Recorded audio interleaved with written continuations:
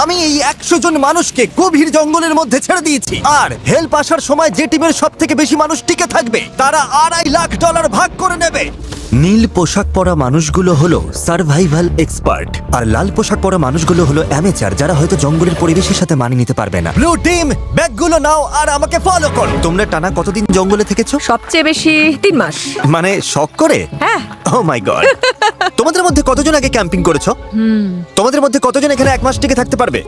ও মাই god, ওদের অবস্থা এখনই খারাপ। আমি জানতাম যে ব্লু টিম সুবিধা পাবে, তাই খেলা শুরুর আগে আমি রেড টিমকে চ্যালেঞ্জের কথা জানাই, এমনকি তাদের দোকানেও নিয়ে যাই যাতে টিকে থাকার জন্য সব দরকারি জিনিস কিনতে পারে। ঠিক আছে, দেখাও তো কি কি নিয়েছো তোমরা। আমার কাছে দড়ি আছে, আর এই যে ফ্লোরে একটা ও, টার্প আছে। তুমি কি একেবারে 24টা জলের বোতলের প্যাকেট কিনে এনেছো?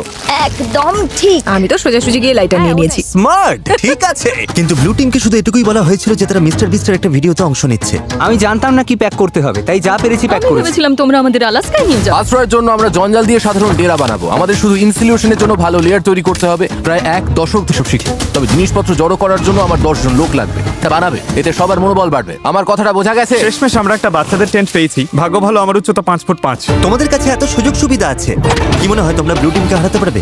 হ্যাঁ, যদিও ওরা প্রফেশনাল। আমাদের কিছু যায় আসে না, আমরা আমাদের মতো প্রফেশনাল।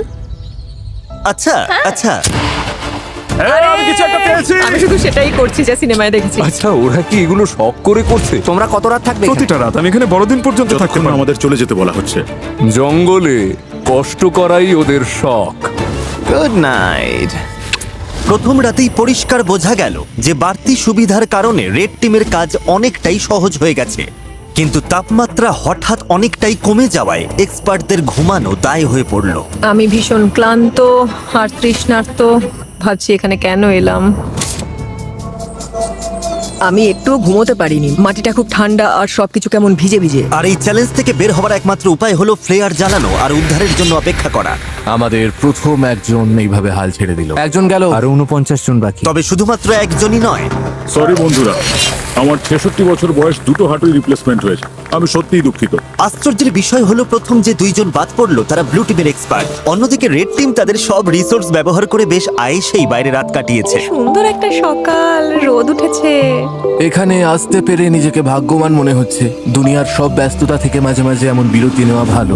এর মধ্যেই এক্সপার্টরা বুঝতে পারলো যে তাদের ডেরাগুলো দ্রুত ঠিক করতে হবে, না হলে তারা আরো সঙ্গী হারাবে। এই ডেরাগুলো মানে শুধু এক গাদা কাঠি নয়, প্রায় 1 ফুট পুরু করে পাতার স্তর দিতে হবে। আর এতে আমার মনে হয় সবারই একটু বেশি পরিশ্রম অবশ্যই হবে। যখন বৃষ্টি শুরু হবে, এই পাতাগুলোই আমাদের বাঁচাবে। ও, তোমরা 3 জনই ওখানে ঘুমাও?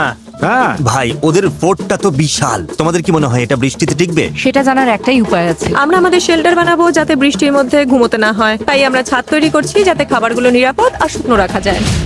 এটা তোমরা বানিয়েছো? হ্যাঁ, পরে সার্ভাইভাল ভিডিও বানানোর সময় তোমাদের হ্যাঁ, থেকে ঠিক টিপস দেবো। বলেছো। আমাকে শুধু একটা কল করবে। হয়তো দরকার হবে।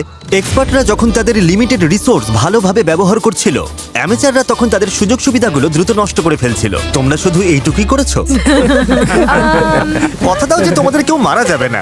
কথা দিচ্ছি, আমরা ঠিক ঠিকঠাক আছে। কথা দিলাম। দিন গড়িয়ে রাত হতেই অ্যামেচাররা বেহিসাবির মতো সব নষ্ট করতে থাকলো। আমি জানি ওরা অনেকক্ষণ পরিশ্রম করছে, অনেক শক্তি ক্ষয় করছে, কিন্তু বেশিক্ষণ টিকবে না। কিন্তু এক্সপার্টদের পরিশ্রমের ফল পাওয়া শুরু হয়ে গিয়েছিল। দেখো, এটা 4 সিজনস হোটেলের থেকেও ভালো। আমার মনে হয় আমাদের রাতটা অনেকটা আরামে কাটবে।